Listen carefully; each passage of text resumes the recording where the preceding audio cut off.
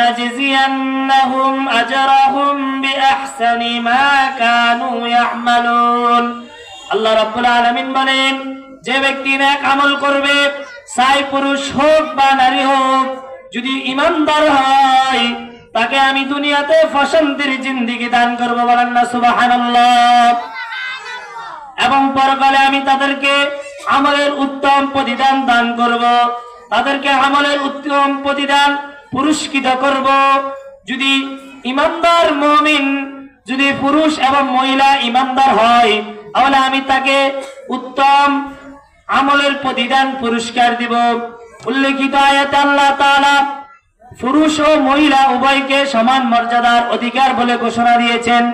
আল্লাহ রাব্বুল আলামিন আরেকটি আয়াতের মধ্যে বলেন, ইয়া আইয়ুহান নাসু ইন্না খলাকনাকুম মিন যাকারিন ওয়া উনসা ওয়াজআলনাকুম শুউবান ওয়া ক্বাবাইলা লিতাআরাফু ইন্না আকরামাকুম ইনদাল্লাহি আতকাকুম ইন্নাল্লাহা আলীমুন খাবীর। আল্লাহ রাব্বুল আলামিন বলেন, হে মানব মণ্ডলী, আমি তোমাদেরকে সৃষ্টি করেছি একজন পুরুষ ও একজন নারী হতে, এবং তোমাদের বিভিন্ন জাতি ও বিভিন্ন গোত্রের বিভক্ত করে সৃষ্টি করেছি, যাতে তোমরা পরস্পর পরিচিত হও। নিশ্চয় আল্লাহ তাআলার কাছে সেই সর্বাধিক সম্মানিত, যে সর্বাধিক পরহেজগার। তাহলে যে অধিক আল্লাহ তাআলার কাছে পরহেজগার, তাহলে সে অধিক সম্মানিত। যদি নারী হয় তাহলে সে অধিক সম্মানিত, আর যদি পুরুষ হয় তাহলে সে অধিক সম্মানিত। এই আয়াতে আল্লাহ তাআলা এটা বুঝাতে চেয়েছেন, যদি মহিলা বেশি পরহেজগার হয় তাহলে মহিলা আল্লাহ তাআলার কাছে সম্মানিতা, তার মর্যাদা সম্মান আল্লাহর কাছে বেশি। আর যদি পুরুষ পরহেজগার হয় তাহলে পুরুষ আল্লাহ তাআলার কাছে মর্যাদাশীল সম্মানিত ব্যক্তি। শুধু পুরুষরা ইবাদত বন্দেগী করলে সে সম্মানিত হবে, আর মহিলারা করলে হবে না, বিষয়টা এমনটা না। এই আয়াতে আল্লাহ তাআলা বুঝাতে চেয়েছেন, যে বেশি পরহেজগার ইবাদত বন্দেগী যে বেশি করবে, সে আল্লাহ তাআলার কাছে বেশি সম্মানিত, সে আল্লাহর ভালোবাসার বান্দা। এই দুনিয়াটা হচ্ছে একটা নেয়ামত, অনেক বড় নেয়ামত। তার মধ্যে নেককার স্ত্রী পাওয়া হচ্ছে সবচেয়ে উত্তম নেয়ামত। আল্লাহ রাসূল সাল্লাল্লাহু আলাইহি ওয়াসাল্লাম হাদিসের মধ্যে বলেন, قال رسول الله صلى الله عليه وسلم الدنيا كلها متاع وخير متاع الدنيا المرأة الصالحة। নবী করিম সাল্লাল্লাহু আলাইহি ওয়াসাল্লাম বলেন, এই বিশ্ব ভূমণ্ডল পুরোটাই নেয়ামত, ভোগ, সম্রাট ও আনন্দ উল্লাসের সামগ্রী। তার মধ্যে সর্বোত্তম সামগ্রী হলো নেককার। যে স্ত্রী নেককার পরহেজগার, সে হচ্ছে আরো বড় নেয়ামত। তাহলে যে পুরুষ নেককার স্ত্রী পাইল, সে অনেক বড় নেয়ামত পাইল। আর যে পুরুষ নেককার স্ত্রী পাইল না, সে জাহান্নাম পাইল। সে প্রতিনিয়ত চিন্তা টেনশন করতে করতে একদিন হঠাৎ সে মারা যায়। তাহলে নেককার স্ত্রী, এখন থেকে আমরা নিয়ত করব, সমাজের মধ্যে যে সমস্ত মহিলারা নেককার, আবেদা, সালেহা, নেককার, পরহেজগার, মাদ্রাসায় পড়নেওয়ালা, আমল আখলাক ভালো, সে মহিলাকে আমরা বিবাহ করব। আমরা টাকা পয়সা চাবো না, আমরা বংশ চাইব, সৌন্দর্য চাইব, সবচেয়ে দিনদারিটা প্রাধান্য দিতে হবে। ফাসফার বিজাতিদ দ্বীন, আল্লাহ রাসূল বলেছে তোমরা দিনদারিতাকে বেশি প্রাধান্য দাও। কিন্তু দুঃখের বিষয়, আমাদের সমাজের মধ্যে দেখা যায়, বিবাহ শাদীর ক্ষেত্রে দেখা যায়, মেয়ের ঘর ঠিক আছে কিনা, মেয়ে কত বড় ডিগ্রি দিয়েছে, মেয়ে সুন্দর কেমন, লম্বা কেমন, মোটা তাজা কেমন, এগুলো দেখে। কিন্তু মেয়ে পর্দাশীল কিনা, নামাজ পড়ে কিনা, দিনদার কিনা, পরহেজগার কিনা, এগুলো দেখে না। এই জন্যই অধিকাংশ পরিবার, অধিকাংশ পুরুষ বিবাহ করার পরেও সে জাহান্নামের মতো বসবাস করে, সময় কাটে না, চিন্তা চিন্তা, টেনশন আর টেনশন। নারী যদি ভালো হয়, অল্পতে তুষ্টি থাকবে, আপনি কামাইবেন 5,000 টাকা, কিন্তু আপনার স্ত্রী যদি ভালো না হয় তার লাগবে 10,000 টাকা, তার শরীরের সাজগোজ বিভিন্ন জিনিস লাগবে আপনার ইনকামের চেয়ে বেশি। তাহলে নারী যদি ভালো হয় তাহলে সে আপনি যাই কামান না কেন তার উপর সে সন্তুষ্ট থাকবে, খুশি থাকবে। তাহলে আমরা পুরুষরা নিয়ত করব এখন থেকে নেককার আমলদার মেয়েকে বিবাহ করব। আর মেয়েরাও দৃষ্টি আকর্ষণ করে মেয়েদেরকে বলতেছি, মহিলাদেরকে, আপনারা এমন ছেলে বিবাহ করবেন যে ভালো দিনদার, পরহেজগার, 5 ওয়াক্ত নামাজ পড়ে। আর মেয়ের বাবা দেখে ছেলে বিদেশ কিনা, ছেলে কত টাকা ইনকাম করে, ছেলে ঘর পাকা কিনা, ছেলে দানশীল কিনা, ছেলে কত বড় সুন্দর মোটা তাজা, এগুলো দেখে, কিন্তু দিনদারিটা দেখে না। এই জন্য এই বিবাহ বেশি দিন টিকে না, মেয়ে অশান্তিতে বিরাজমান করে। তাহলে আমরা মেয়ের বাবারা মারা লক্ষ্য করবো বিবাহ শাদীর ক্ষেত্রে নেককার মেয়ে দেখবো এবং মেয়েরা নেককার ছেলে দেখবো, তাহলে সমাজের মধ্যে সবাই ভালো হয়ে যাবে। আর যদি আপনি বদমাশ, টাউট, সিটিং, বাটপার এগুলোদেরকে বিবাহ করেন তাহলে তারা ভালো হবে না। আল্লাহ তাআলা সবাইকে নেককার দিকে বিবাহ করার তৌফিক দান করে, বলেন আমিন। মহিলারা ঘরে বসে শহীদের সওয়াব পাবে। হযরত ইবনে মাসউদ রাদিয়াল্লাহু তাআলা আনহু হইতে বর্ণিত, তিনি বলেন, নবী করিম সাল্লাল্লাহু আলাইহি ওয়াসাল্লাম ইরশাদ করেন, নিশ্চয় আল্লাহ তাআলা নারীদের উপর সতীত্ব সংরক্ষণ করাকে ফরজ করেছেন, অতঃপর তাদের মধ্যে যে ঈমান ও সওয়াবের আশায় সতীত্ব রক্ষা করে, ধৈর্য ধারণ করে, সে শহীদের সওয়াব পাবে। বলেন না সুবহানাল্লাহ। আল্লাহ রাব্বুল আলামিন কোরআন শরীফের মধ্যে বলেন, ইন্নাল মুসলিমিনা ওয়াল মুসলিমাতি ওয়াল মুমিনিনা ওয়াল মুমিনাতি ওয়াল কানিতিনা ওয়াল কানিতাত ওয়াস সাদিকিনা ওয়াস সাদিকাতি ওয়াস সাবিরিনা ওয়াস সাবিরাত ওয়াল খাশিঈনা ওয়াল খাশিআতি ওয়াল মুতাসাদ্দিকিনা ওয়াল মুতাসাদ্দিকাত ওয়াস সাইমিনা ওয়াস সাইমাতি ওয়াল হাফিজিনা ওয়াল হাফিজাত والذاكرين الله كثيرا والذاكرات أعد الله لهم مغفرة وأجرا عظيما। আল্লাহ রাব্বুল আলামিন বলেন, নিশ্চয় মুসলমান পুরুষ, মুসলমান নারী, ইমানদার পুরুষ, ইমানদার নারী, অনুগত পুরুষ, অনুগত নারী, সত্যবাদী পুরুষ, সত্যবাদী নারী, ধৈর্যশীল পুরুষ, ধৈর্যশীল নারী, বিনীত পুরুষ, বিনীত নারী, দানশীল পুরুষ, দানশীল নারী, রোজা পালনকারী পুরুষ, রোজা পালনকারী নারী, যৌনাঙ্গকে হেফাজতকারী পুরুষ, যৌনাঙ্গকে হেফাজতকারিণী নারী, আল্লাহর অধিক জিকিরকারী পুরুষ, অধিক জিকিরকারী নারী। তার জন্য আল্লাহ তাআলা প্রস্তুত রেখেছেন ক্ষমা ও মহা পুরস্কার। বলেন না সুবহানাল্লাহ। তাহলে দেখেন, এই যে গুণগুলোর কথা বলেছি, পুরুষ এবং মহিলার ক্ষেত্রে যদি, মহিলা এবং পুরুষের মধ্যে যদি এই গুণগুলা থাকে, তাহলে আল্লাহ তাআলা প্রস্তুত করে রেখেছেন তাদের জন্য ক্ষমা ও মহা পুরস্কার। আমরা আবার বলি সুবহানাল্লাহ। নেককার ও মুমিন না হয়ে মানুষ হয়ে লাভ নাই। একটা মানুষ দেখতে শুনতে মাশাআল্লাহ খুব সুন্দর, কিন্তু সে নেককার নয়, তাহলে সে মানুষ হয়ে লাভ নাই।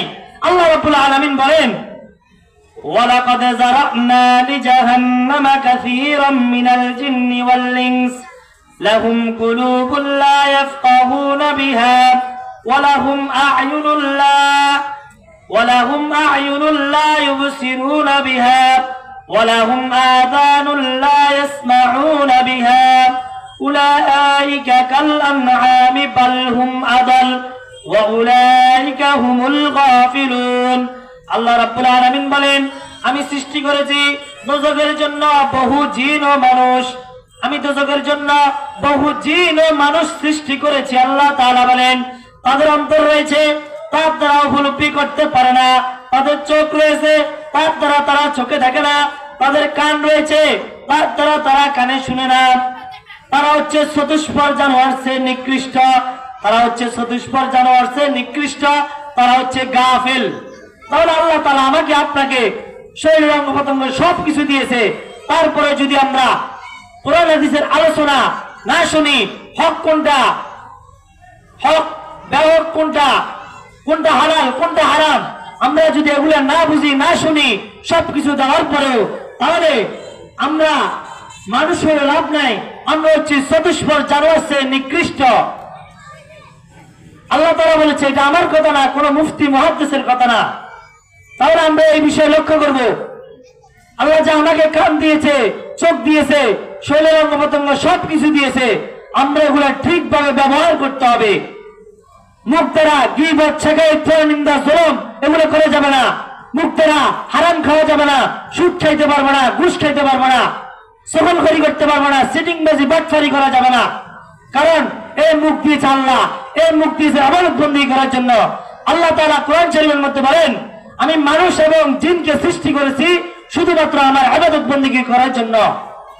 ওমা খালাকতুল জিন্না ওয়াল ইনসা ইল্লা লিয়াবুদুন, আমি মানুষ এবং জিনকে সৃষ্টি করেছি শুধুমাত্র আমার ইবাদত বন্দী করার জন্য। আমি আপনাদের সামনে একটি হাদিস পড়েছি, আল্লাহ রাসূল সাল্লাল্লাহু আলাইহি ওয়াসাল্লাম বলেন, মহিলারা কাজ করবে 4টি, জান্নাতের 8টি দরওয়াজা তাদের জন্য খুলে যাবে, তাদের জন্য বিশাল অফার। আল্লাহ রাসূল সাল্লাল্লাহু আলাইহি ওয়াসাল্লাম বলেন, আল মারআতু ইযা সাল্লাত খামসাহা ওয়া সামাত শাহরাহা ওয়া আহসানাত ফারজাহা ওয়া আতাআত বালাহা ফালতাদখুল মিন আবওয়াবিল জান্নাতি শাত। আল্লাহ নবী সাল্লাল্লাহু আলাইহি ওয়াসাল্লাম বলেন, মহিলারা কাজ করবে 4টি, জান্নাতের 8টি দরওয়াজা তাদের জন্য খুলে যাবে। 1 নম্বরে আল মারআতু ইযা সাল্লাত খামসাহা, যে মহিলা 5 ওয়াক্ত নামাজ পড়বে আউয়াল ওয়াক্ত সময় মতো, তাহলে তার জন্য জান্নাতের 8টি দরওয়াজা খুলে যাবে। আর যখন মহিলা 3 দিন, 5 দিন, 7 দিন, 10 দিন অসুস্থ থাকে, তখন তাদের জন্য নামাজ মাফ। কিন্তু দুঃখের বিষয়, আমাদের সমাজের মধ্যে দেখা যায় অনেক পুরুষরা 3 দিন তো দূরের কথা, 5 দিন, 10 দিন, 6 দিন তো দূরের কথা, 1 বছর 2 বছর নামাজ পড়ে না। তাদের কি সমস্যা? মনে হয় তাদের নেফাস হয়, মাসিক হয়, এজন্য তাদের এই অবস্থা। মহিলারা অসুস্থ, তাদের জন্য নামাজ মাফ, কিন্তু পুরুষরা কি সমস্যা? তাদের তো কোনো অসুস্থ হয় না, তাদের জন্য আল্লাহ তাআলা কঠিন শাস্তির ব্যবস্থা রেখেছেন। 2 নম্বরে রমজানের রোজা রাখা, যে মহিলা রমজানের রোজা রাখবে আল্লাহ তাআলা এই মহিলার জন্য জান্নাতের 8টি দরওয়াজা খুলে দিবে। তাহলে তার যা ইচ্ছা, যেখান দিয়ে মন চাইবে সে সেখান দিয়ে ঢুকতে পারবে। যখন মহিলারা অসুস্থ থাকবে তখন রোজা মাফ। এরপরে রোজাগুলো কাজা রাখবে, যেহেতু এটা ফরজ রোজা, 12 মাসের মধ্যে 1টা মাস রোজা ফরজ করেছে। কিন্তু দুঃখের বিষয়, সমাজের মধ্যে দেখা যায় অনেক পুরুষরা রোজা রাখে না। 7 দোকানের মধ্যে একটা কাপড় লাগিয়ে দেয়, তারা ভিতরে চা, সিঙ্গারা, সমোসা, পান সবকিছু খায়। এরা হচ্ছে নির্লজ্জ, এরা হচ্ছে বেহায়া, এরা হচ্ছে চতুষ্পদ জানোয়ার চেয়ে নিকৃষ্ট। কারণ আল্লাহ তাআলা 12 মাসের মধ্যে 1টা মাস রোজা ফরজ করেছে, কিন্তু এই বেহায়া, এই জালেম পুরুষরা তারা রোজা রাখে না। তারা ইহুদি খ্রিস্টানের মতো তারাও খায়, ইহুদিরা খায়, কাফেররা খায়, তারাও খায়। 3 নম্বর হচ্ছে ওয়া আহসানাত ফারজাহা, মহিলারা তার লজ্জাস্থানকে হেফাজত করবে। যে মহিলা তার লজ্জাস্থানকে হেফাজত করবে, সে মহিলাকে আল্লাহ তাআলা জান্নাতের 8টি দরওয়াজা খুলে দিবে। তার মন যেখান দিয়ে চাইবে সে সেখান দিয়ে ঢুকতে পারবে। আল্লাহ রাসূল সাল্লাল্লাহু আলাইহি ওয়াসাল্লাম বলেন, যে ব্যক্তি তার মুখ এবং লজ্জাস্থানকে হেফাজত করার দায়িত্ব নিবে, আমি আল্লাহ রাসূল তাকে জান্নাতে নেওয়ার দায়িত্ব নিব। বলুন না সুবহানাল্লাহ। তাহলে মুখ এবং লজ্জাস্থানকে হেফাজত যদি করতে পারি, পুরুষ মহিলা সবাই জান্নাতে যাইব। সমাজের মধ্যে দেখা যায় অনেক মহিলা বেহায়াপনার মধ্যে, তারা কিসের মধ্যে, তারা ফরকিয়ার মধ্যে ব্যস্ত। স্বামী বিদেশ থেকে মহিলা আরেকটা পুরুষের সাথে সম্পর্ক করে চলে যায়, রাত দিন কাটায়, অথচ এটা হারাম, হারাম, হারাম। তার সতীত্ব রক্ষা করা এটা ফরজ, এটা জানে না। তার থেকে হয়তো সাময়িক ভালো লাগে, এজন্য সেই গুনাহের মধ্যে লিপ্ত, কিন্তু পরকালে যে আল্লাহ তাকে ধরবে এটার মোটেও চিন্তা করে না। 4 নম্বর হচ্ছে ওয়া আতাআত বালাহা, এবং স্বামীদের অনুগত্য করবে, স্বামীদের কথা মতো চলবে, স্বামীরা যেটা বলে সেটাই শুনবে। স্বামী অনেক কষ্ট করে বাড়িতে আসছে, বলছে স্ত্রী আমাকে একটা গ্লাস পানি দাও, স্ত্রী বলে আপনার পানি আপনি নিয়ে খান। তাহলে স্বামীর মনে কত দুঃখ, কত কষ্ট।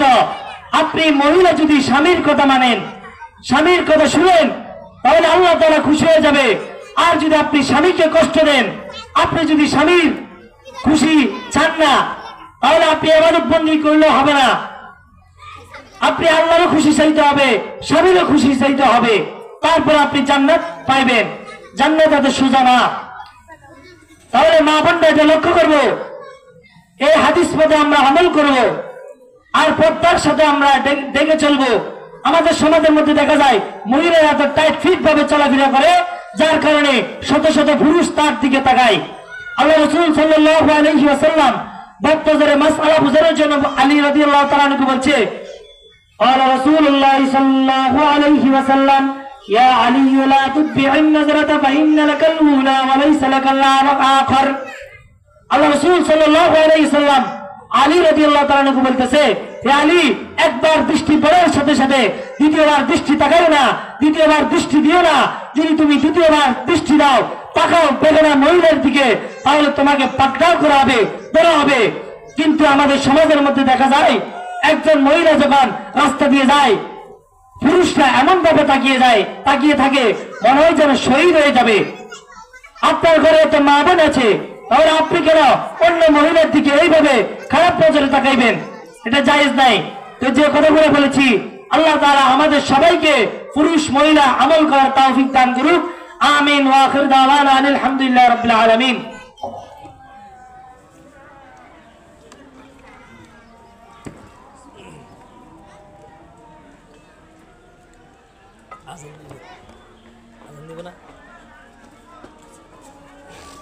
উঠেন।